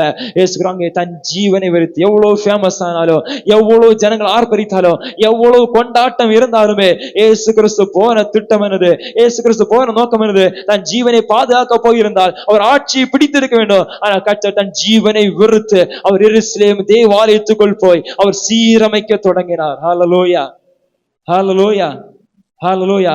இயேசு கிறிஸ்து செய்து அதை ஜனங்களுக்கு சொல்லிக் கொடுக்கிறார். தன் ஜீவனை அவன் என்ன வெறுக்கிறவனோ அங்கே அவன் நித்திய காலமாக என்ன செய்வான், நித்திய ஜீவ காலமாய் காத்துக் கொள்ளுவான். அடுத்த வசனத்தை வாசிப்போம். ஒருவன் எனக்கு ஊழியம் செய்கிறவன், ஒருவன் எனக்கு ஊழியம் செய்கிறவன் இருந்தால் என்னை பின்பற்ற கடவன். நான் எங்கே இருக்கிறேனோ அங்கே என் ஊழியக்காரரும் இருப்பான். ஒருவன் எனக்கு ஊழியம் செய்தால் அவனை பிதாவானவர் கனம் பண்ணுவார். அல்லேலூயா. அப்போ ஊழியம், அடுத்து ஊழியத்தை குறித்து கர்த்தர் பேசுகிறார் சீஷர்களோடு, கூடி நிற்கிற ஜனங்களோடு. ஒருவன் எனக்கு ஊழியம் செய்கிறவனானால் என்னை பின்பற்ற கடவன். ஹல்லேலூயா, ஹல்லேலூயா. ஒருவன் எனக்கு ஊழியம் செய்ய, கர்த்தராகிய இயேசு கிறிஸ்துவுக்கு ஊழியம் செய்கிற எந்த விசுவாசியா இருக்கலாம், எந்த நிலைமையில நீங்க ஊழியம் செய்ய இருக்கலாம், உங்கள் வாழ்க்கையை ஒரு ஊழியமாக கர்த்தருடைய சமூகத்தில் காணப்பட வேண்டும். அந்த ஊழியத்துல இயேசு கிறிஸ்துவை பின்பற்றுவதை காணப்பட வேண்டும். கர்த்தர் யாரையுமே ரோல் மாடலா முன்ன வைக்கவே இல்லை. பேதுவை பின்பற்றுங்கணும், பவுலை பின்பற்றுங்கணும், அப்பல்லோவை பின்பற்றுங்கணும், ஸ்தேவானை பின்பற்ற சொல்லவே இல்லை. சொன்னாரு என்னை பின்பற்ற கடவன். ஹல்லேலூயா, ஹல்லேலூயா. அதை கவனிங்க. என்னை பின்பற்ற, அப்படி என்றால் இயேசு கிறிஸ்து எவ்வளவு தம்மை தாழ்த்தினாரோ அவ்வளவுக்கு நம்மை தாழ்த்த வேண்டும். ஆனா இன்னைக்கு கிறிஸ்தவ வட்டாரத்துல இயேசு கிறிஸ்து பின்பற்றுகிற காரியம் இல்ல, சில ஊழியக்காரர்களை பின்பற்றுகிற கூட்டம் இருக்கிறது. சிலரை மட்டும் இவங்க அற்புதம் பண்றாங்க, இவங்க அதிசயம் பண்றாங்க, அவங்களை பின்பற்ற ஒரு கூட்டம் இருக்கிறது. தேவனுடைய பிள்ளையே, இது எல்லாம் மாயை, பிசாசு உங்களை வஞ்சித்து வைத்திருக்கிறான். எந்த மனுஷனையும் நீங்க பின்பற்றக்கூடாது, எந்த ஊழியக்காரன் நீங்க பின்பற்றக்கூடாது, என்னையும் பின்பற்ற வேண்டாம். நீங்கள் கிறிஸ்துவை பின்பற்றினால் மட்டும் போதும். ஹல்லேலூயா. பவுல் சொல்கிறார், நான் கிறிஸ்துவை பின்பற்றுகிறது போல நீங்கள் என்னை பின்பற்றுங்கள் என்று பவுல் சொல்கிறார். அப்படியே பவுல் கிறிஸ்துவை பின்பற்றினது போல அவர்கள் கிறிஸ்துவை பின்பற்ற பவுல் அழைக்கிறவராய் இருந்தார் ஒழிய பவுலை பின்பற்றபடி அவர் அழைக்கவே இல்லை. ஹல்லேலூயா, ஹல்லேலூயா. இயேசு கிறிஸ்து சொல்றாரு, என்னை என்ன செய்யுங்கள், பின்பற்ற வேண்டும் என்று கர்த்தர் சொல்கிறாரு. நான் எங்கே இருக்கிறேனோ அங்கே என் ஊழியக்காரனும் இருப்பான். நான் எங்கே இருக்கிறேனோ அங்கே என் ஊழியக்காரன் இருப்பான். வேதாராய்ச்சியம் தியானித்தோம். கர்த்தர் எங்கே இருந்தார், எங்கே போனார், எப்படி இருந்தார் என்பதை நம்ம தியானித்தோம். இயேசு கிறிஸ்து பாவியாகிய சகையின் வீட்டுல போனார், ஆயக்காரன் சகையின் வீட்டுல போனார், எல்லாரும் பாவிகள் சொன்னாங்க, அங்க போய் இருந்தாரு. இயேசு கிறிஸ்து அவன் மார்த்தாள் மரியாள் வீட்டுல போனாரு, அவங்க கூட இயேசு கிறிஸ்து பேசினார், இருந்தாங்க. அவன் இன்னும் இயேசு கிறிஸ்து போன பாதைகளை பாத்தீங்கன்னா அவர் பாவிகளோடும் ஆயக்காரர்களோடும் வரி வசூலிப்போடும் கூட உட்கார்ந்து சாப்பிட்டார் என்று பரிசேயர் குற்றம் சொல்லக்கூடிய அளவிற்கு அதிகமா இயேசு கிறிஸ்து தன் வாழ்க்கையிலே எந்த ஜனம் உதவி தேடுகிறதோ, எந்த ஆத்மாவுக்கு கர்த்தர் தேவையோ, எந்த ஆத்மாவுக்கு தேவை இருக்கிறதோ அங்கே இயேசு கிறிஸ்து இருக்கிறவராய் இருந்தார். ஹல்லேலூயா. இன்னைக்கு தேவனுடைய பிள்ளையே, யாருக்கு ஆண்டவர் தேவையோ, யாருக்கு கர்த்தராகிய இயேசு கிறிஸ்து ரட்சிப்பு தேவையோ அங்கேதான் கர்த்தராகிய இயேசு கிறிஸ்து போகிறவராய் இருக்கிறார். அங்கேதான் கர்த்தர் ஊழியக்காரன் போகிறவராய் இருக்க வேண்டும். ஹல்லேலூயா, ஹல்லேலூயா. நான் எங்கே இருக்கிறேனோ அங்கே என் ஊழியக்காரனும் இருக்கிறான் என்று வேதவசனத்திலே பார்க்கிறோம். அடுத்தாக, ஒருவன் எனக்கு ஊழியம் செய்தால் அவனை பிதாவானவர் கனம் பண்ணுவார். ஹல்லேலூயா. இந்த மனுஷன் கனம் பண்ண வேண்டிய தேவையில்லை. ஊழியத்துல இந்த மனுஷனுடைய கனத்தையும் பார்க்க வேண்டிய தேவையில்லை. ஊழியத்துல பிதாவின் கனத்தை பார்த்தால் மட்டும் போதும். இன்னைக்கு கூட இருக்கிற மனுஷர்கள் நாளைக்கு தூக்கி சிலுவையில போட்டுட்டு போயிட்டே இருப்பாங்க. இந்த ஞாயிற்றுக்கிழமை 5 நாளைக்கு முன்பு குருத்தோலை ஞாயிறு ஆசரிக்கிறல இந்த நாள்ல இயேசு கிறிஸ்து ஆர்ப்பரித்த ஜனங்கள் 5 நாள் கழிந்து சிலுவையில் அறையும் என்று கத்தி கத்தி கத்தி கத்தி சொன்னாங்க. அவனை சிலுவையில் அறையும் சொல்லி கத்தி கத்தி பேசினாங்க. அப்படிப்பட்ட ஜனத்தின் மத்தியில அவர் சொல்றாரு, எனக்கு ஒரு ஊழியம் செய்தால் அவனை பிதாவானவர் கனம் பண்ணுவார். ஹல்லேலூயா. நீங்க கர்த்தராகிய இயேசு கிறிஸ்து ஊழியம் செய்கிறவர்களா இருந்தா ஒரு உலகம் எதிர்க்கலாம், ஒரு உலகம் பகைக்கிறவங்கள உலகங்களை எதிர்த்து இருக்கலாம். அவன் எல்லா ஸ்தானத்திலும் கர்த்தருக்கு ஊழியம் செய்கிற ஒரு ஆத்மா கனம் பண்ணுகிறது மனுஷன் அல்ல, அவன் பிதாவாகிய தேவன் கனம் பண்ணுகிறவராய் இருக்கிறார். ஹல்லேலூயா, ஹல்லேலூயா. நம்ம இன்னைக்கு மனுஷனுடைய கனத்தை பார்க்கிறோம், மனுஷனுடைய அந்தஸ்தை பார்க்கிறோம், மனுஷனுடைய வாயிலிருந்து வருகிற அவன் உயர்ந்த புகழ்ந்து பேசுகிற வார்த்தைகளை பார்க்கிறோம். அதெல்லாம் தேவையே இல்லை, அதெல்லாம் தேவையே இல்லை. விசுவாச வாழ்க்கையில மனுஷனுடைய புகழ்ச்சி நம்ம நம்பவே கூடாது. மனுஷனுடைய வாயிலிருந்து புறப்படுகிற புகழ்ச்சியான வார்த்தைகளை நம்ம எடுக்கவே கூடாது. யார் கனம் பண்ண வேண்டும்? பிதாவானவர் மட்டும் கனம் பண்ணினா போதும். எந்த மனுஷனை கனவீனப்படுத்தினாலும் கனம் பண்ணுகிற ஒரே கர்த்தர் பிதாவானவர். ஹல்லேலூயா. ஏனென்றால் ஊழியம் செய்கிறது அவருடைய ஊழியம். இது கர்த்தராகிய இயேசு கிறிஸ்து தந்த ஊழியம். அவருக்காக செய்யப்படுகிற ஊழியம். இந்த மனுஷனை பிரியப்படுத்துவதற்காக அல்ல. கர்த்தர் மட்டும் பிரியப்பட்டால் பலன் பரலோகத்தில் இருந்து வரும். ஹல்லேலூயா, ஹல்லேலூயா. சொல்கிறாரு, ஒருவன் எனக்கு ஊழியம் செய்தால் அவனை பிதாவானவர் கனம் பண்ணுவார். சோம்பலோடு ஊழியம் செய்தா சபிக்கப்பட்டவன் ஆயிருக்கும். ஹல்லேலூயா. விசுவாச தேவனுடைய பிள்ளைகளே, கர்த்தர் எல்லாருக்கும் இந்த கட்டளை கொடுத்து போயிருக்கிறார். நம்ம எல்லாரும் ஊழியக்காரர்கள், நம்ம எல்லாரும் ஊழியம் செய்யணும், நம்ம எல்லாரும் சர்வீஸ், நம்ம எல்லாம் சர்வீஸுக்காக அழைக்கப்பட்டு இருக்கிறோம். தேசத்தில் அழிந்த ஒரு ஆத்துமாக்கள் ரட்சிப்பின் பாதையில் நடத்துவதற்கு ஒவ்வொரு ஊழியம் செய்கிறவர்களாய் காணப்படும் என்பதுதான் இயேசு கிறிஸ்து திட்டமாய் வைத்திருக்கு. நம்ம தான் ஆசாரிய கூட்டம், நம்ம தான் ராஜரீக சந்ததி. நாம் ஒவ்வொரு ஆசாரிய கூட்டமாய் ராஜரீக சந்ததியுமே அழைத்திருப்பது நோக்கம் என்ன, அழைத்து திட்டம் என்ன? நாம் நிமித்தமாக அநேக ரட்சிப்பை பெற்றுக்கொள்ள வேண்டும். ஹல்லேலூயா. மனுஷனை பார்த்து நம்முடைய வாழ்க்கையில ஊழியங்கள் தடைபட்டு கொண்டிருக்கிறது. மனுஷனுடைய வார்த்தைகளை பார்த்து, மனுஷன் சொல்கிற சில வார்த்தைகளை கேட்டு நம்முடைய வாழ்க்கையில கர்த்தருடைய சமூகத்துல செய்யப்பட்ட பல காரியங்களை தடுத்து நம்ம வைத்திருக்கிறோம்.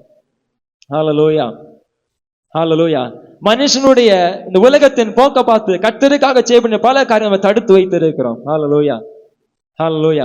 நமக்கு கர்த்தர் தந்த காரியங்கள பல இடங்கள்ல இடையூறு எது தெரியுமா? நம்ம மனுஷனுடைய வார்த்தைகளை கேட்கிறதும், மனுஷன் என்ன நினைப்பான், இது ஊழியக்காரன் செய்ய வேண்டியது, நம்ம செய்ய வேண்டிய தேவையில்லையே என்கிற மனப்பாவம் மனுஷர்கள், முன்பாக இருக்கிற மனுஷர்கள், கூட்டு குடும்பத்தார்கள் ஒரு மாதிரி பேசுவாங்க சொல்ற ஒரு காரியம் கூட தான். இந்த காரியங்களை செய்ய பார்த்தீங்கன்னா கர்த்தர் நம்ம மீது வைத்த தெய்வீக திட்டத்தை தடுத்து கொண்டு இருக்கிறது. ஹல்லேலூயா. இயேசு கிறிஸ்து மீது பிதாவானவர் வைத்த திட்டத்தை இயேசு கிறிஸ்து நிறைவேற்றுகிறவராக இருந்தார். அதனால்தான் இயேசு கிறிஸ்து எந்த சூழ்நிலையா இருந்தாலும், எந்த பிரச்சனையா இருந்தாலுமே எல்லா இடத்திலுமே கர்த்தர் அந்த இடத்துல மகிமைப்படுத்தப்பட்டார் என்பதை பார்க்கிறோம். ஹல்லேலூயா. அதிகாரத்துல அடுத்து 29ஆம் வசனத்தை வாசிப்போம். 28ஆம் வசனம். 28. பிதாவே உமது நாமத்தை மகிமைப்படுத்தும் என்றார். அப்பொழுது மகிமைப்படுத்துவேன், இன்னமும் மகிமைப்படுத்துவேன் என்கிற சத்தம் வானத்திலிருந்து உண்டாயிற்று. அங்கே நின்று கொண்டிருந்த அதை கேட்ட ஜனங்கள் இடிமுழக்கம் உண்டாயிற்று என்றார்கள். வேறு சிலர் தேவதூதன் அவருடனே பேசினார் என்றார்கள். ஓகே, கவனிங்க. குருத்தோலை ஞாயிறு அனுசரிக்கிறோம். அன்னைக்கு ஒரு பிரதான ஒரு சம்பவம் நடந்தது. 3 இடங்கள்ல இயேசு கிறிஸ்து வாழ்க்கையில வானத்துல சத்தம் உண்டாயிற்று. ஒன்று, இயேசு கிறிஸ்து ஞானஸ்நானம் பெற்று கரையேறினவுடன். 2வது, மறுரூப மலையிலே பேதுரும் யோவானோடு கூட யாக்கோபோடு கூட இருந்த வேளையில இயேசு கிறிஸ்து அந்த இடத்துல மறுரூபமாக்கப்பட்ட வேளையில வானத்துல சத்தம் உண்டாயிற்று. 3வது, இயேசு கிறிஸ்து எருசலேம் தேவாலயத்துல உபதேசம் பண்ணி கொண்டிருந்த வேளையில வானத்தில் இடி முழக்கம் போன்ற சத்தம் உண்டாயிற்று. ஹல்லேலூயா. ஒருவேளை மனுஷனுடைய மகிமைகள் குறைந்து போகலாம், ஒரு மனுஷனுடைய புகழ்ச்சிகள் குறைந்து போகலாம், மனுஷன் சொல்கிற காரியங்களை எதிர்மறையை பேசி கழித்து போய் கொண்டிருக்கிறான். ஆனா கர்த்தர் மகிமைப்படுத்துவாரானால் வானத்தில் இருந்து சத்தம் உண்டாகும். எத்தனை விசுவாசிக்கிறீங்க? இதுவரை புகழ்ந்து ஓசனா ஆர்ப்பரித்த ஜனங்கள் இங்க இல்ல. ஆனா பரலோகத்திலிருந்து ஒரு சத்தம் உண்டாயிற்று. ஜனங்கள் நினைத்தது ஜனங்களுக்கு கிடைக்கல, ஜனங்கள் எதிர்பார்த்து வந்தது ஜனங்களுக்கு கிடைக்கல, ஜனங்கள் எதிர்பார்த்து வந்த ஆளுகை பிடிக்கப்படவே இல்லை. ஆனால் கர்த்தருடைய சித்தம் நிறைவேறப்படவே இல்லை. பரலோகம் திறந்தது, பரலோகம் பேசினது. தேவனுடைய பிள்ளையே, நீ உன் வாழ்க்கையிலே உலகம் கேட்கிறதே, உலகம் முன்னில் எதிர்பார்க்கிறதே நீ செய்கிறவனை காணப்பட்டால் உன் வாழ்க்கையிலே தேவனுடைய பிரத்யட்சமான வெளிப்பாடை காண முடியாது. ஆனால் நீ மாறாக தேவ தேவன் உன்னில் எதிர்பார்க்கிறது, தேவன் உன்னில் வைத்திருக்கிறதை நீ நிறைவேற்றுவானால் வானம் உனக்காக திறக்கப்படும். ஹல்லேலூயா, ஹல்லேலூயா, ஹல்லேலூயா. ஸ்தேவானுக்காக திறக்கப்பட்டது, உங்களுக்கும் எனக்காகவும் திறக்கப்படும். எத்தனை விசுவாசிக்கிறீங்க? எத்தனை விசுவாசிக்கிறீங்க? இந்த காலவேளையில தேவ சித்தம் செய்கிற ஒவ்வொரு தேவனுடைய பிள்ளைகளுக்காகவும், தெய்வ சித்தம் செய்கிற ஒவ்வொரு குடும்பத்துக்காகவும், தெய்வ சித்தம் செய்கிற ஒவ்வொரு ஆத்மாவும் பரலோகம் திறந்து பரலோகம் பேசும். ஹல்லேலூயா. ஒரு மோசேக்காக பேசினது, என் வீட்டில் அங்கு உண்மை உள்ளவன் இவன், இவன் ஒரு அநியாயம் செய்ததில்ல. அவனுடைய சொந்த ஆரோனும் அவனுடைய சொந்த சகோதரனும் சகோதரியும் அவன் விரோதமாய் பேசும்போது, அவனை தூஷிக்கும் போது, அவன் உண்மையுள்ள மோசேக்காக பரலோகம் திறந்து பேசின கற்று இந்த காலவேளையிலே தேவனுடைய பிள்ளையே, நீ உண்மையா தேவ சித்தம் செய்கிறவனாய் இருந்தால் கர்த்தருடைய சமூகத்தில் உண்மையுள்ளவனாய் காணப்பட்டார், பரலோகம் திறந்து பரலோகம் உனக்காக சாட்சி கொடுக்கிறது. எந்த ஒரு மாற்று கருத்தும் இல்லை. இதுதான் நம்முடைய விசுவாசம். ஹல்லேலூயா, ஹல்லேலூயா. பரலோகம் திறக்கணுமா? தேவ சித்தம் செய்யணும். பரலோகம் திறந்து சாட்சி கொடுக்கணுமா? தேவ சித்தத்துக்காக நிற்கணும். பரலோகம் திறக்கணுமா? கர்த்தர் என்னில் எதை விரும்புகிறார் என்பதை அறிய வேண்டும். அதான் சுவிசேஷத்துல அனைத்தும் சொல்லப்பட்டிருக்கிறது. கர்த்தர் எதை நம்ம விரும்புகிறார் என்பதை அறிந்தால் பரலோகம் நமக்காக திறக்கும். ஹல்லேலூயா, ஹல்லேலூயா.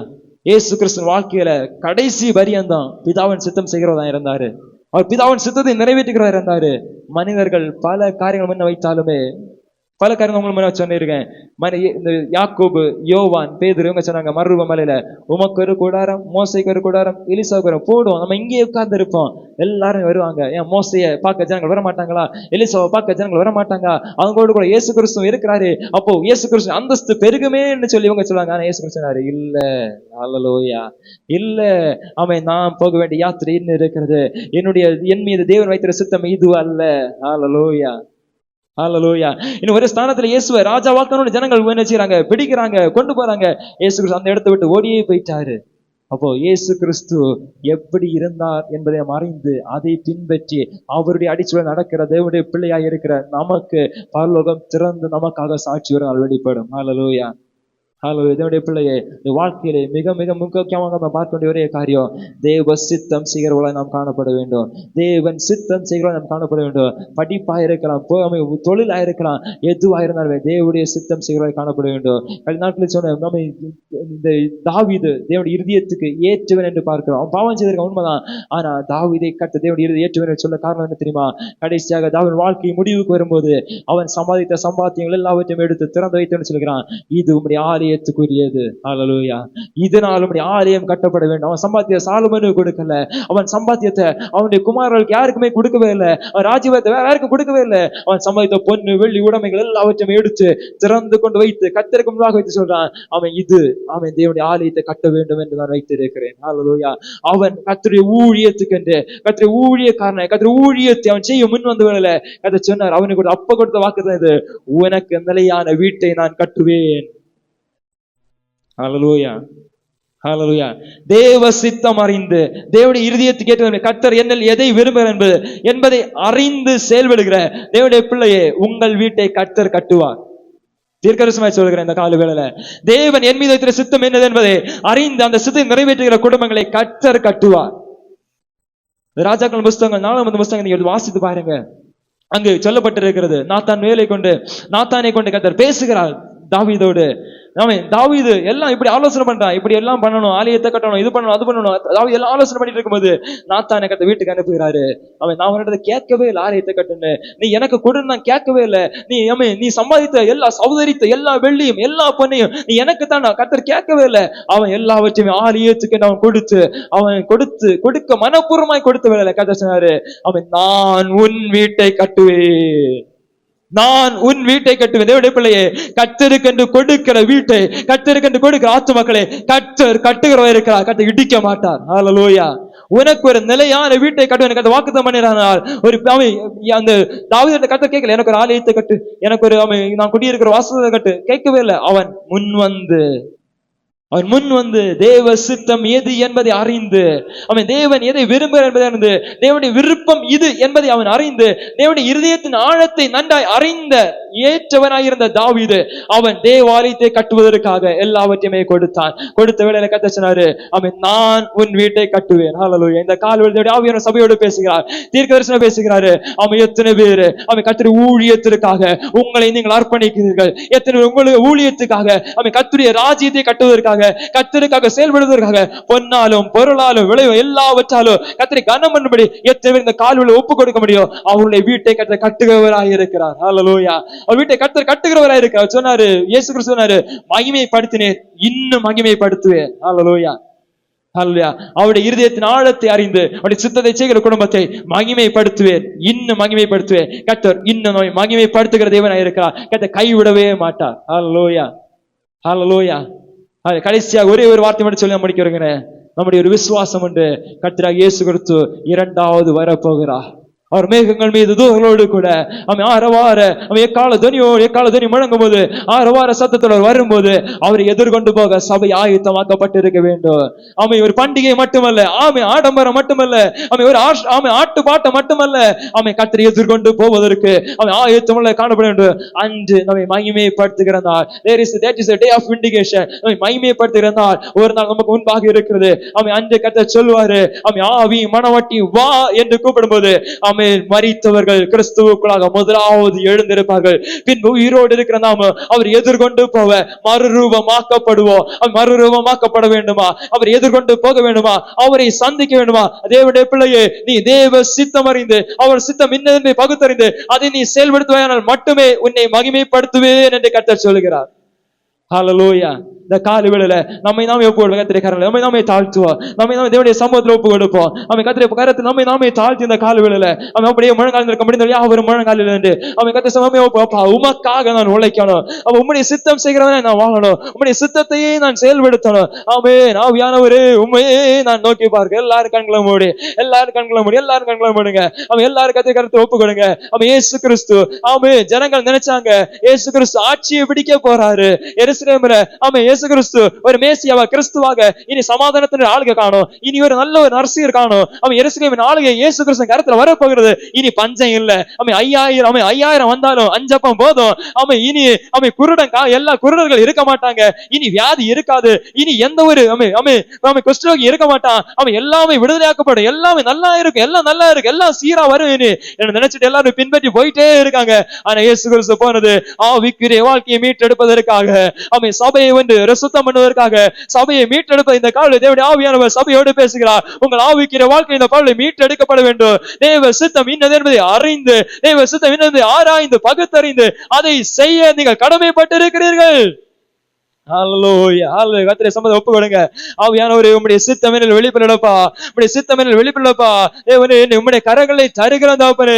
அப்பா, என் வாழ்க்கையில் உம்முடைய சித்தம் வெளிப்படட்டும். ஒரு தாவீது எல்லாவற்றையும் கர்த்தருக்கு கொடுத்தான். சொன்னார், உன்னை நம்ம கட்டுவேன்.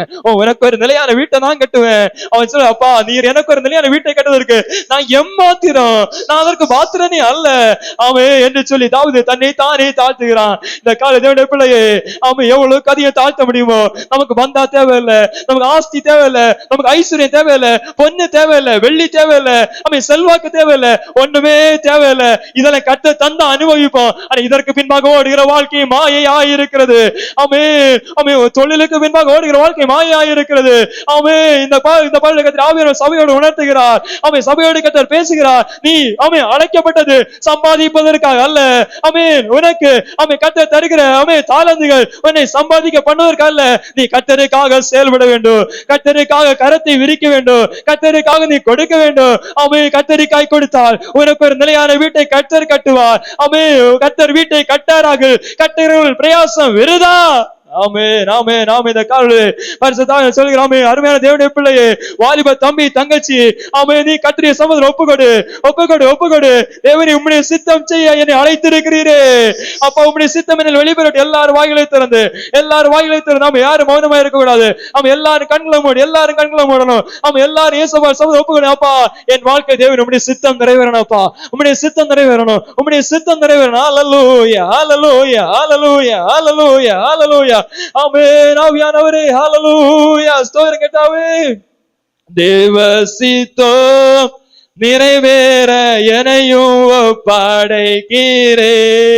தேவ சித்தம் என்னுள்ளம் பலமாக தோனிக்குதே. தேவ சித்தம் நிறைவேற என்னையும் பாடைக்கிறே. தேவ சித்தம் என்னுள்ளம் பலமாக தோனிக்குமே. சொல்லுங்க, தேவ சித்தம், தேவ சித்தம் நிறைவேற என்னையும் பாடைக்கிறே. தேவ சித்தம் என்னுள்ளம் பலமாக தோனிக்குதே. தேவ சித்தமா எங்களை ஒப்பு கொடுக்கிறோம் உங்களுடைய கரத்துல. ஆமென். தேவ சித்தம் என்னுள்ளம் பலமாக தோனிக்குதே.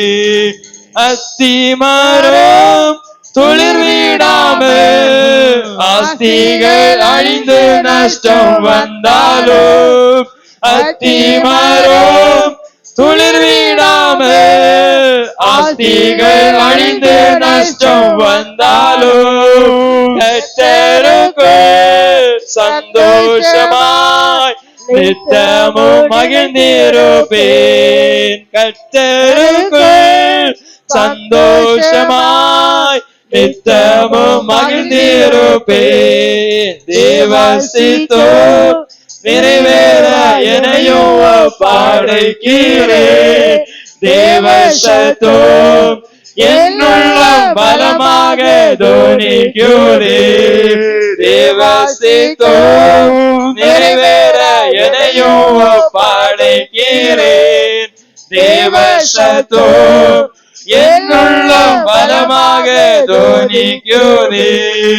முன்னறிந்து அழைத்தவரே முன்னின்று நலமுடன் நடத்துவார். முன்னறிந்து அழைத்தவரே முன்னின்று நலமுடன் நடத்துவார்.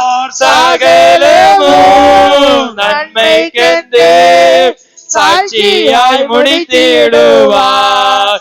சகலமும் நன்மைக்கென்று சாட்சியாய் முடித்திடுவார்.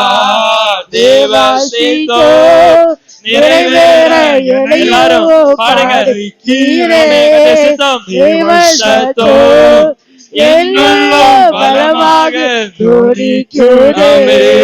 தேவ சித்தம் நிறைவேற என்னையும் பாடைக்கிறேன். தேவ சித்தம் என்னுள்ளம் பலமாக தோனிக்குதே. கஷ்டமெல்லாம் தொலையுமானால் கண்ணீரும் கவலையும் நீங்குமானால். கஷ்டமெல்லாம் தொலையுமானால் கண்ணீரும் கவலையும் நீங்குமானால். இரட்டிப்பான பங்கை பெற இரட்சகர் அழைத்திடுவார். இரட்டிப்பான பங்கை பெற இரட்சகர் அழைத்திடுவார்.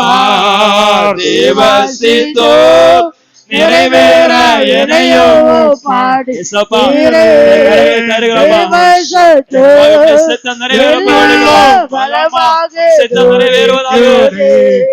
தேவ சித்தம் நிறைவேற என்னையும் பாடைக்கிறேன். தேவ சித்தம் என்னுள்ளம் பலமாக தோனிக்குதே. தேவ சித்தம் நிறைவேற என்னையும் பாடைக்கிறேன். தேவ சித்தம் என்னுள்ளம் பலமாக தோனிக்குதே. ஜீசஸ், ஹல்லேலூயா. ஸ்தோத்திரம், ஸ்தோத்திரம், ஸ்தோத்திரம். ஆண்டவருடைய கிருபைக்காய் இரக்கத்துக்காய் ஸ்தோத்திரம். அருமையான கர்த்தருடைய பிள்ளைகளே, இந்த பகல் வேளையில தேவ சித்தம் இன்னது என்று பகுத்து அறிந்து